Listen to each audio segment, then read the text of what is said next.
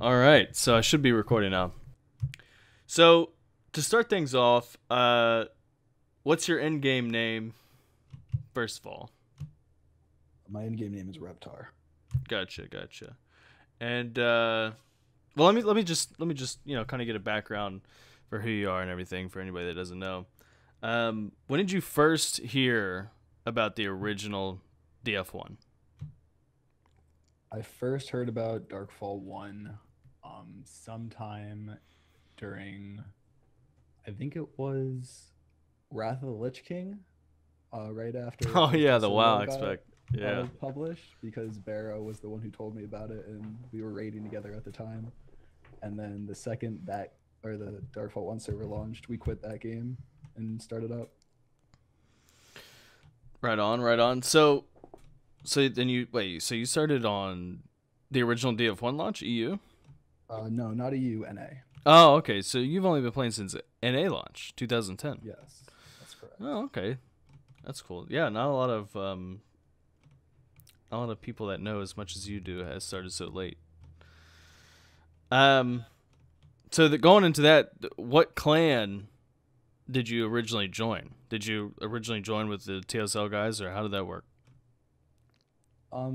How I got into the whole TSL group, which was my most like notable group of people that I started playing with, was that I tried out for they about 3 days before TSL was formed, and I got it was luck to one hit in my introduction duel, and immediately got accepted to they, and then Barrow joined, and then they merged to form TSL with DHW about 3 days after I got in.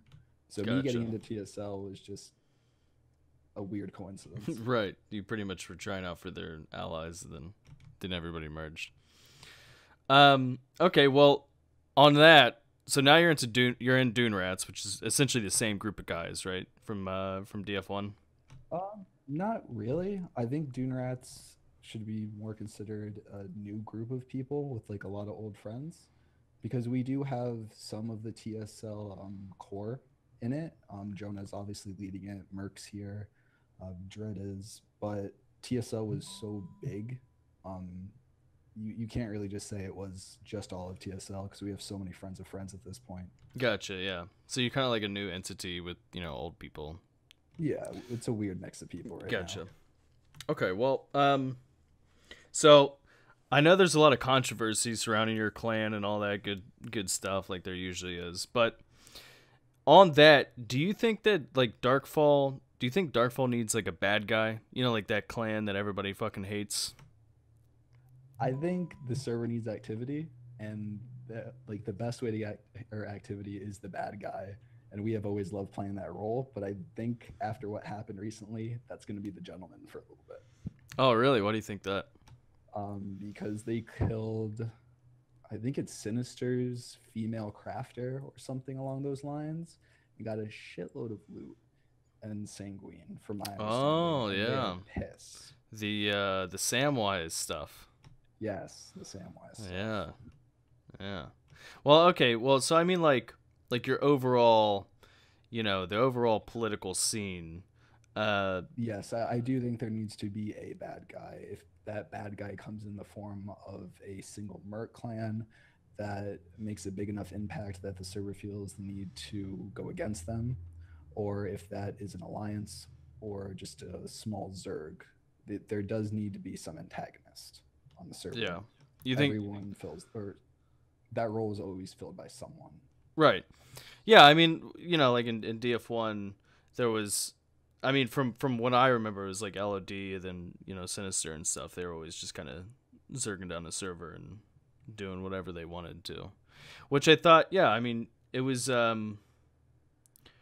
it kind of bands the server together, but then you hear a lot of people who complain and say server wars are terrible for the server. I mean, what is your opinion on a server war?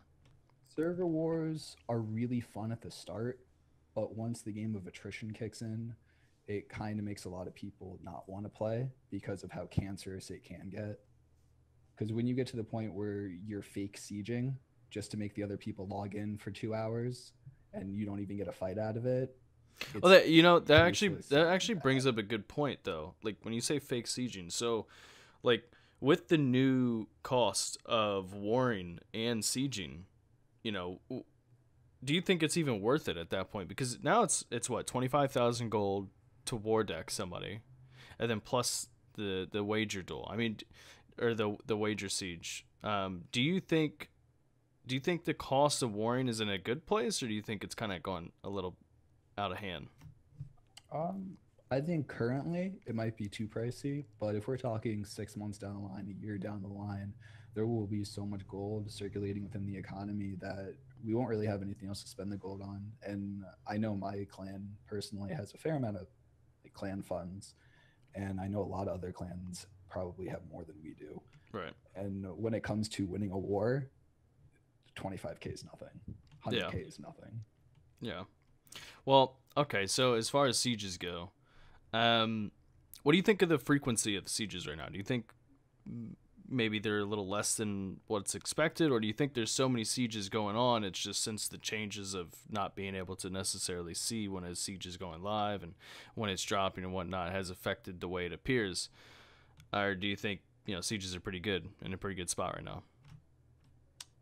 I think the amount of activity, as far as sieges go, is surprisingly high across the server. I know there are a lot of sieges that I don't know about going on all the time, or I hear about as they're going live. Um, I mean, you can still find out through the journal some details about sieges, but I think that the activity is pretty good right now, actually. I mean, even for the past few days, there have been multiple sieges a day. Yeah. Yeah. I mean, I thought it was looking pretty good, especially when, in DF1 you would know about every siege. Everybody would know about every single siege. And then now you kind of log into the forums, if you do use the forums, and you see like, discussions on the clan discussion about people and how the siege went last night, and nobody knew about the siege. You know what I mean? Yeah, I mean, the only way that I really hear about sieges is Grimtide sometimes, and when people PM me to hire us, Right. and then hearing from my clan from it. But even just today, I was talked to by 6 different clans. Yeah. About So, lurking, so do you think that's a good thing though? Do you think it's a good thing that it's kind of like you have an anonymity to your siege, or do you think it kind of should be out in the open? I think for the most part, it is out in the open because people talk. Um, but for the smaller clans out there, I think the anonymity is actually a really good thing because it's the smaller clans that I don't hear about. But when it comes to like Sinister or yeah, Sinister, Brutality, Blackwater, I'm gonna hear about those ones, right? Right. Like the Yeah. bigger clans, everyone knows about. Yeah, the bigger ones. But at the current state, I think it's really in a good place for the smaller clans. Well, speaking of smaller clans, who do you think, like right now, who would you say is the strongest clan and or alliance that's out there right now? Hmm. To be honest with you, I'm not terribly familiar with the current political side of things, like as far as who's friends with who and who's allied up. But I think Brutality might be the strongest Zerg right now, just because of numbers and the amount of vets that they have. Them are the gentlemen. Yeah, well, I mean, they pretty much have Karen on lock right now too, and for anybody that doesn't know, Karen is ridiculously good for gold. You got, It's too good for gold. Karen Giants, Fire Dragon. You pretty much have everything you need. Um, But as that's far as also gold. why it's the most active place on the server as well. If you want bang, you should Right, go yeah. Karen. Yeah, I tried to go down to Karen for about a day, and I immediately got kicked off the island because they roll hard down there, man. They roll ridiculous. I Yeah, can't SB I can't brings do it. groups of 15 to the fight or the Dark Dragon. Oh So yeah, dude, it's pretty. Yeah, it's pretty crazy. Well, you said you don't know much about the political scene, but for what you do know, do you think things are looking pretty healthy? Do you think things are going pretty good? I think so. If I say this in the context of being one of the leaders of a Merc clan, probably the most active Merc clan on the server, I think. Hold on, repeat the question. I think I got a little lost in thought. So, basically, what is your view of the current political scene? Okay. I think my current view of the political scene in that context is that it's extremely healthy because there's so much change going on. I'm seeing different alliances breaking down, forming up new friends. all the time, and they can change within hours of each other. And there's so much backstabbing going on in between these alliances. It's just so crazy to watch what happens. Yeah, so you think it's alive and healthy then? I do. I really. This is probably the most alive this game has been since like 6 months after NA launch. Wow. Yeah, that's a pretty big statement. It's a pretty big statement. I say that in with also saying that this community is like only growing, right? Like we aren't losing numbers as a community. Oh We're yeah, getting for more sure. players Right. every Yeah. single day, and it's only getting more and more active. Like this game is not dying by any means. Oh yeah. Did you see I think it was Wes, he does the YouTube videos. I forget his last name. Wes Furtive, I think. He Tune in from time to time. yeah, he posted a screenshot of the Sanguine Bank on the forums, and it was like a trade fair. It's almost like a constant trade fair there. Every time I log in my alt, there's at least 30 people there. Oh yeah, it's ridiculous. And even let's say you do have an alt, or you're logging in there for just trading. There's no way it's that many alts at all times. You know what I mean? And that's just a blue city. You know. So yeah, I think the population is really it's in a pretty good spot. But moving on, as far as the meta, we kind of talked about the meta the other day for a little bit, but what if you could boil it down to the current meta, do you think the current meta is good, or do you think it kind of needs changed up? I think there are certain things about it that need to be changed. Like I think our thunderstorm needs a nerf, and I think certain spells like on that top need of to be the on slightly top of the adjusted. 10%, on top of the 10% damage they did. I still think the stam drain is ridiculously high, but I'm pretty sure it's the only field AOE that will take away mount stamina, if I'm not mistaken about that. I was told from somebody that all damage takes away mount stamina. We tested it not too long ago, and it was the water bolt and water damage, and then lightning that did it. And I think thunderstorm was the only AOE that did it at the time, but don't quote me on that. Yeah, see, that's pretty interesting. I don't think a lot of people kind of really look into the intricacies of the meta, like draining mount stamina and which spells do it. I was just told that all of it did it. So, But to further answer your question, though, I think the question needs to be answered in a couple of different contexts. If we're talking mage versus mage, mage versus destroyer, group fights, but to touch on the mage versus mage, aside from the fact that I feel the need to cast a field or AOE in a 1v1, I think magma knockup should be changed to fireball knockup. But other than that, I feel like it's in a really you mean the height, good the place. the Yes, amount yes, that the it height. knocks you up? Yeah. I recently made a suggestion about tornado and meteor strike, which I kind of, it would be nice if they looked into, because if you think about it, there's several globals that you have right now. So you have like R90s, you have R50s, you have a field AoEs, all that good stuff. And then you kind of have these weird out of place spells that don't share the same global cooldown, such as tornado and magma, and I think it's actually tornado and magma, And needles. and yeah, like weird spells like needle. Yeah, exactly. Just those kind of weird out of place spells. And I kind of made the suggestion that meteor strike should be on that same rotation as magma and tornado, and I think they really need to buff tornado. I mean they did buff tornado a little bit, but I think the meta, in my opinion, is just that it needs not drastic changes, but tiny little changes over time to kind of give it, keep it a little fresh, like introduce or revamp spells rather, like tornado, being on the same cooldown as magma, so you have multiple choices of which spells you should cast. Do you think that adds, or do you think that like restricts to the game?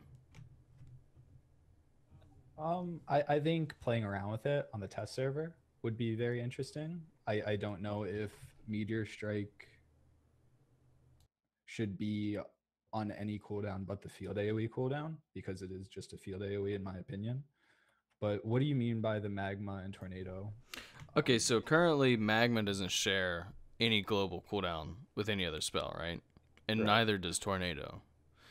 But if you buff Tornado to where it's on par with Magma Storm, or maybe even a little bit In better terms since it's of close in Knockup? terms of no, in terms of damage. You know, like the little tornado spell, right? Yeah, It's like yeah, level no, I 90 or use whatever. it all the time. The I think tornado needs a slight damage increase, but I think it's perfect otherwise. Like it actually has its place and is an extremely useful spell. well, I mean, the only times I can really justify using it is either someone's on their mount or someone's running away from you and you're just out of melee range and they're swirling around. Well, no, it goes around walls. Someone runs around a rock and you can't hit them, you can tornado. It's just as good as a frostbite. Yeah, but you can don't have right, you can do the same thing with, you know, frostbite and lightning storms or lightning strike as well though. Yeah, but this you don't have to aim at all. That's what makes it so good and so powerful, is that it's about like 1.5 times the melee reach. And if someone goes around that rock and then there's another rock in the way, that's when you tornado over frostbite if you lose Right. the LOS. Well, okay, so let's take a spell like Earthquake, for example. That one and what is it, Healing Chant, I strongly believe need to be able to be casted while moving. You I think think that would be a great change for it. so? You think Earthquake would be good if you could just cast while moving, or do you think it should do damage to you, or you know? I think it should do the same damage to you, but you know how fun it would be to be in a siege and to be in the enemy's lines, surrounded by like 10 of them, and you just start casting Earthquake. Maybe it deals like half the damage to you or something, but that's an insane amount of damage that you could do with just like one person in the back line. What's the damage at level 1? What is it, like 5 damage or something? To be honest, I haven't even bought the spell. Yeah, no, I think I remember it being like 5 arcane damage at level 1.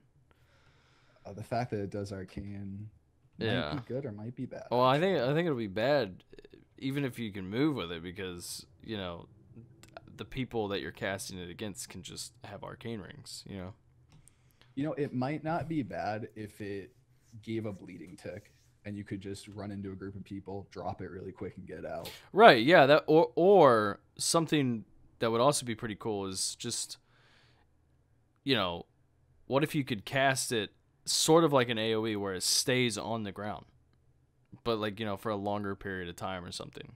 Imagine the choke points that you could have if you casted Earthquake at the bottom of the ground, or in a corridor or something. Instant die.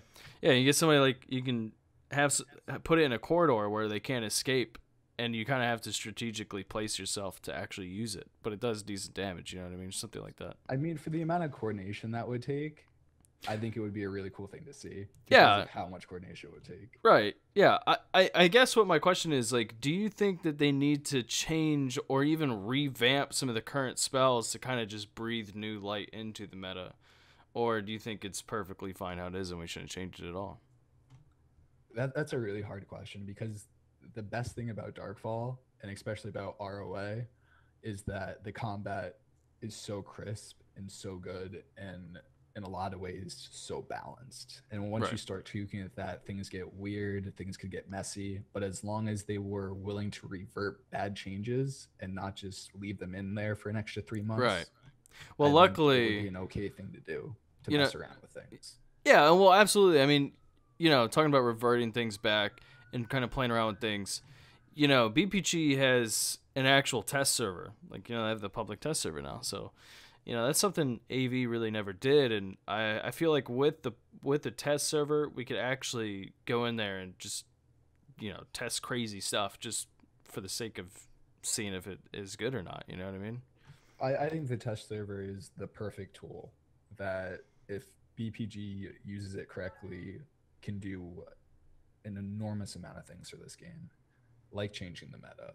If we could get like a community list on the forums of spells we think would be cool to add or to change current ones that could be implemented on the test, if the devs can actually do them, if we could get that like every month, that would be a really great thing for the game, I think. Yeah, and you know, like, there was a suggestion that was on there recently, actually, in the forums about merging spells. You know, there's this kind of this stigma behind buff others specifically, and that they should just be flat out removed from the game. But then there's other people who, kind of suggest that they should just merge them into being, one thing. Like, for example, rapid shot and haste being just one spell. What is your I opinion on merging spells? I'm a fan of consolidating buffs, both other buffs and self buffs. If we could have a like overall just one stat buff, one elemental protection buff, that'd be great. Same thing with the buff others.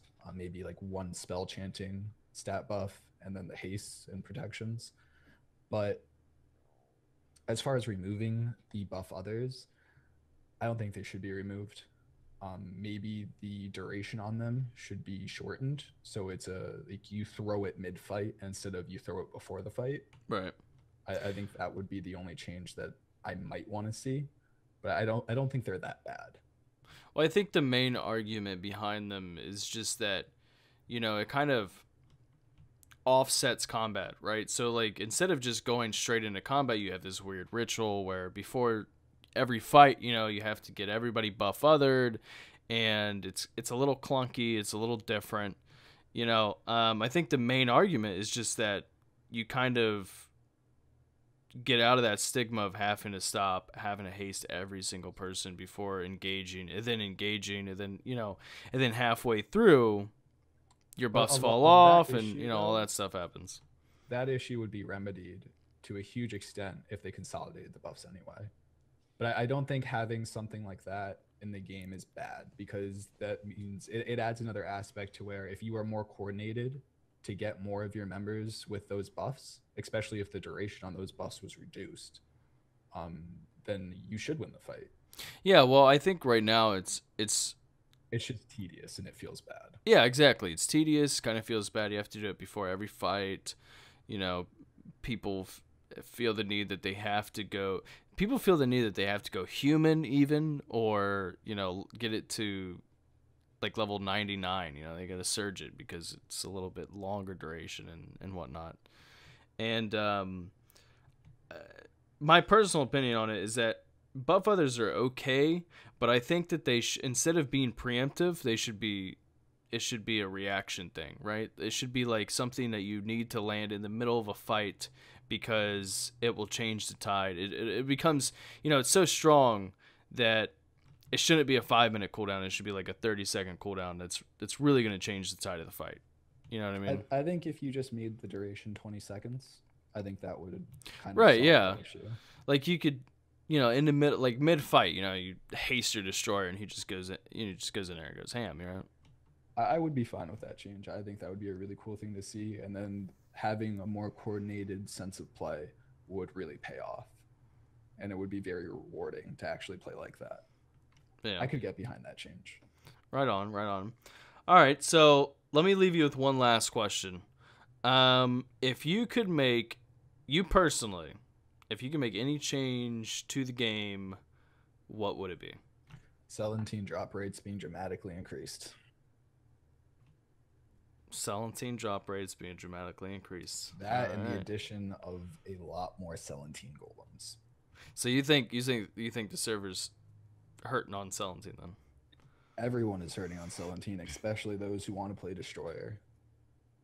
I think the amount of Celandine and where some of these just absurd crafting recipes are at is it feels really bad, right? So if I'm a Destroyer and what is it, 8 ingots to make a full set?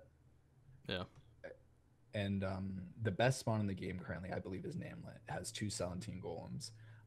We talked about this before, but I have farmed that spawn, I think, for 5 hours in total now.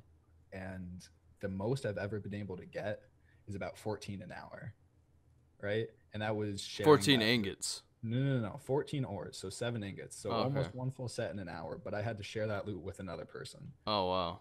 Right? And that mod spawn is not soloable. Oh, really? It's very, very hard to solo, I should say. It can be done, but it's almost not worth doing solo.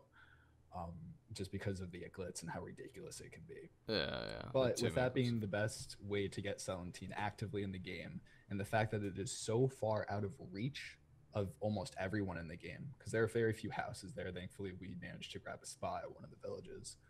But the fact that those kind of spawns are so inaccessible to most players and everyone on the server is struggling with it, it's not only the amount of spawns that need to be changed, but the location of these spawns need to be changed. And the abysmal drop rates need to be increased. I think they should at least be reverted to Darkfall 1 stages, because I believe they cut them in half this time around. But I don't think they only need to be reverted. I think they need to at least drop 2 ore minimum every kill.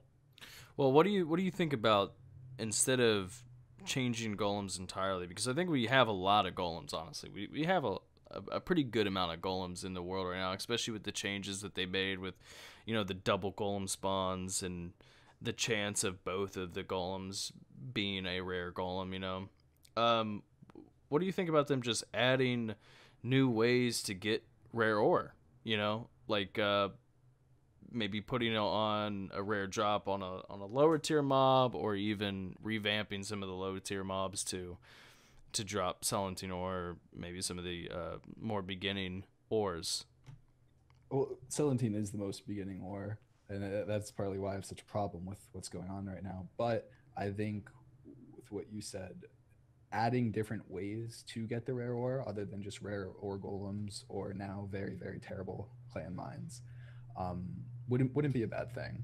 It could be implemented with how spawns scale, and if every spawn that scaled eventually led to a boss that could drop some kind of rare ore as their loot, that might not be a bad change, because it would force the group or content to get the mob to scale up to this, or at that point.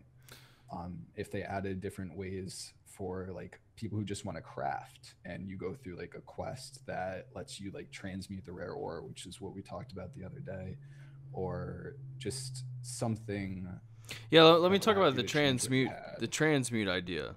We were talking about that the other day, but you know, what was your idea on the transmute ore thing? Oh, I ripped it directly from World of Warcraft's alchemy. Is that you could transmute one kind of material into another for an additional like regen cost, right? So if you had one lean spar ore and you just had an abundance of that, or Valeron, whatever it be, and then you throw in like essences or some enchanting mat, you could turn that into a Celandine ore or ingot on a cooldown. Like if you had a 24-hour cooldown or something like that. You know, that actually I think actually if they did do something with it that would tie nicely into like the transmute, that you'd have it through alchemy and all that good stuff.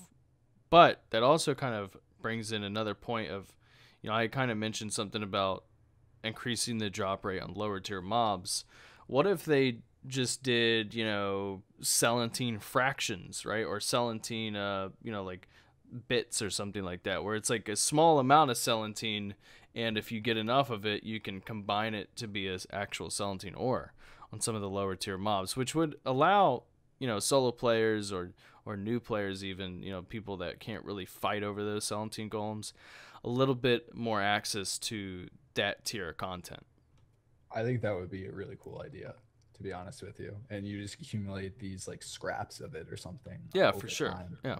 I think that's actually a fantastic idea. I would love to see that change. Yeah, and then you could kind of turn those scraps into their corresponding ore through some sort of crafting skill. Into that ore. Yeah, yeah, exactly. You could do like some sort of new ability in alchemy of transmuting, or something like that. Yeah. I think you're right, and maybe the answer isn't to add more golems or to increase it, but just to implement it in a different way. Right. Yeah. I think there needs to be. I think instead of adding some more stuff, I think we should just like change some things and change the way that we look at acquiring resources as well. Like, you know, they did stuff with the villages where, you know, you get a bonus if you do X amount of damage to a village control point when you're capturing it, which kind of makes it a little more group oriented. You have more people going out now. I think the max is like 8 people that can get the bonus. So, you know, that's pretty good stuff, and you do get rare materials. But I think one thing that they could do to kind of alleviate, um, or like, okay, for example, let's say if there's a village that is close to a Celandine golem spawn, then that village would have a higher chance of dropping the corresponding ore for the golem, right? So if it's by a Celandine golem, then you get a higher chance of getting Celandine ore. Like 4 ore or 5 ore, something like that. Kind of similar to how they do the limestone and mahogany. But it's just the ore. Implement the village idea like that, though, I think it should be almost reversed. If there's a Celandine golem outside of it, it should drop its like counterpart. It should drop the Velron, and then really? That way, you could, if you lived at that village and you killed that Celandine golem or whatever it is regularly, you're going to be missing some kind of rare ore, right? So you cap the village. That's on a 12-hour cooldown. Okay, I see that. Yeah, so that you can't really that weapon. You can't really pinpoint it either. You kind of just get right. One of the different ones out. I guess after this conversation, though, I have to change my statement when you originally asked me the question. Maybe it's not the drop rates that need to be increased, but just the overall availability of Celandine, and Celandine specifically. Needs to be increased. Okay. Yeah, I can get on board with that. And maybe they are looking into other ways of throwing in that resource in the game. But I do like how everything is pretty rare. I like the economy. I like how it feels. When you have a good weapon, when you have a good R60 weapon, it feels good. Not everybody on the server is rolling around with night blades and justice bringers and stuff already. So I agree with that. I think it's in a pretty good spot. But I kind of did mention this too. They could always just make a full plate equivalent of Valorant. I could agree with that as well. I do think there need to be other ways of getting the baseline armor, and full plate has always been like the baseline of like a end game gear bag, right? And eventually there will be so much gear circulating where it gets to that point. But I'm saying a lot of what we've been talking about with the average player in mind, right? Like someone who only has maybe 10, 15 hours a week to play this game and really loves it. It's just so hard for them to keep up. Right. Yeah. Well, maybe they'll take a listen to this and get some pretty good ideas or something like that. I'm not really sure, but I think that's going to be about it for today. So hey man, I appreciate you coming in and actually doing this. It's pretty cool. Yeah, no, thank you for having me. It's been a lot of fun, actually. Yeah, for sure. So I will catch you later, man. All right, man. Have a good one. Have a good one.